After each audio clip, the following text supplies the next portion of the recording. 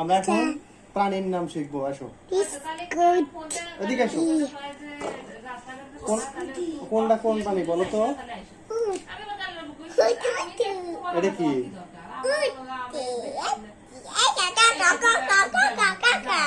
এইটা কি? সুন্দর করে বলো। এটা কি? এইটাকে কি বলে? এটাকে কি বলে? এটাকে কি বলে? এটা কি বলে?